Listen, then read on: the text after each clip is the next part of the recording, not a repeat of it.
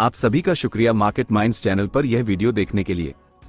यहाँ हम share market, trading और इन्वेस्टमेंट की उन जरूरी बातों पर चर्चा करते हैं जो हर नए इन्वेस्टर और ट्रेडर को पता होनी चाहिए। आज का हमारा विषय है intraday trading vs long term investment beginners confused. क्या आप भी इसी उलझन में हैं? क्या आपको यह समझने में कठिनाई हो रही है कि दिन भर स्क्रीन के सामने बैठकर ट्रेडिंग करें या आराम से लंबे समय के लिए निवेश करें?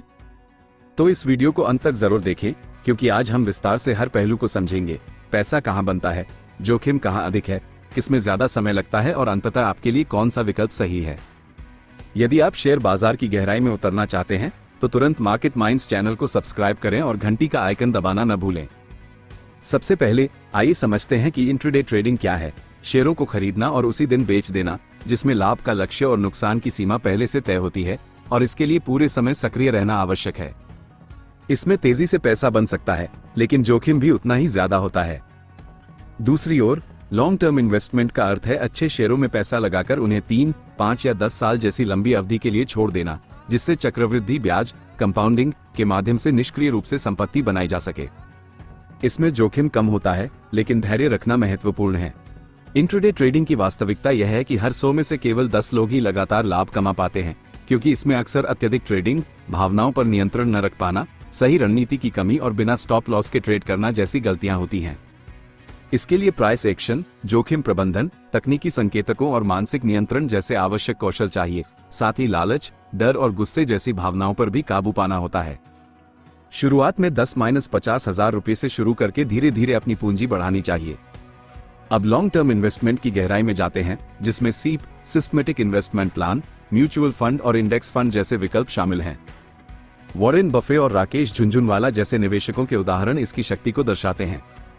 चक्रवृद्धि ब्याज का एक उदाहरण देखें तो यदि आप हर महीने 10,000 रुपए का निवेश करते हैं और औसतन 15% का वार्षिक रिटर्न प्राप्त करते हैं, तो 10 वर्षों में यह एक महत्वपूर्ण राशि बन जाएगी। निवेश के लिए कंपनी के मूल सिद्धांतों जैसे कि पे अनुपात, रो, प्रबंधन की गुणवत्ता और भविष्य में विकास की संभावनाओं पर शोध करना महत्वपूर्ण है। पोर्टफोलियो में विविधता क्यों जरूरी है और धैर्य तथा अनुशासन की क्या भूमिका है, ये भी समझना आवश्यक है। इंट्राडे ट्रेडिंग और लॉन्ग टर्म इन्वेस्टमेंट की तुलना करें तो इंट्राडे में जोखिम और समय की आवश्यकता अधिक होती है, जबकि लॉन्ग टर्म में जोखिम कम और निगरानी की आवश्यकता न्यूनतम होती है। कमाई की संभावना इंट्राडे में तेज लेकिन जोखिम भरी है, जबकि लॉन्ग टर्म में धीमी लेकिन स्थिर है, और स्वाभाविक रूप से इंट्राडे में तनाव का स्तर उच्च होता है। तो शुरुआती निवेशकों को क्या करना चाहिए? यदि आप एक कामकाजी पेशेवर हैं, तो लॉन्ग टर्म इन्वेस्टमेंट सबसे उपयुक्त है। यदि आप पूरा समय दे सकते हैं और सीखने के लिए उत्सुक हैं, तो इंट्राडे आजमा सकते हैं। आदर्श रणनीति यह है कि निवेश से शुरुआत करें, ज्ञान बढ़ने पर स्विंग या पोजिशनल ट्रेडिंग करें और फिर इंट्राडे का प्रयास करें। हमेशा 3 सुनहरे नियमों को याद रखें। पहले सीखें, फिर निवेश करें, अपनी भावनाओं को नियंत्रित करें और अपनी जोखिम लेने की क्षमता से अधिक का व्यापार न करें। बाजार एक गहरा सागर है और सफलता उन्हीं को मिलती है जो लगातार और केंद्रित रहते हैं, चाहे वो इंट्राडे हो या लॉन्ग टर्म इन्वेस्टमेंट।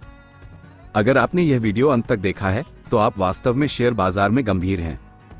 तो तुरंत मार्केट माइंड्स चैनल को सब्सक्राइब करें, बेल आइकन दबाएं और इस वीडियो को अपने दोस्तों के साथ साझा करें।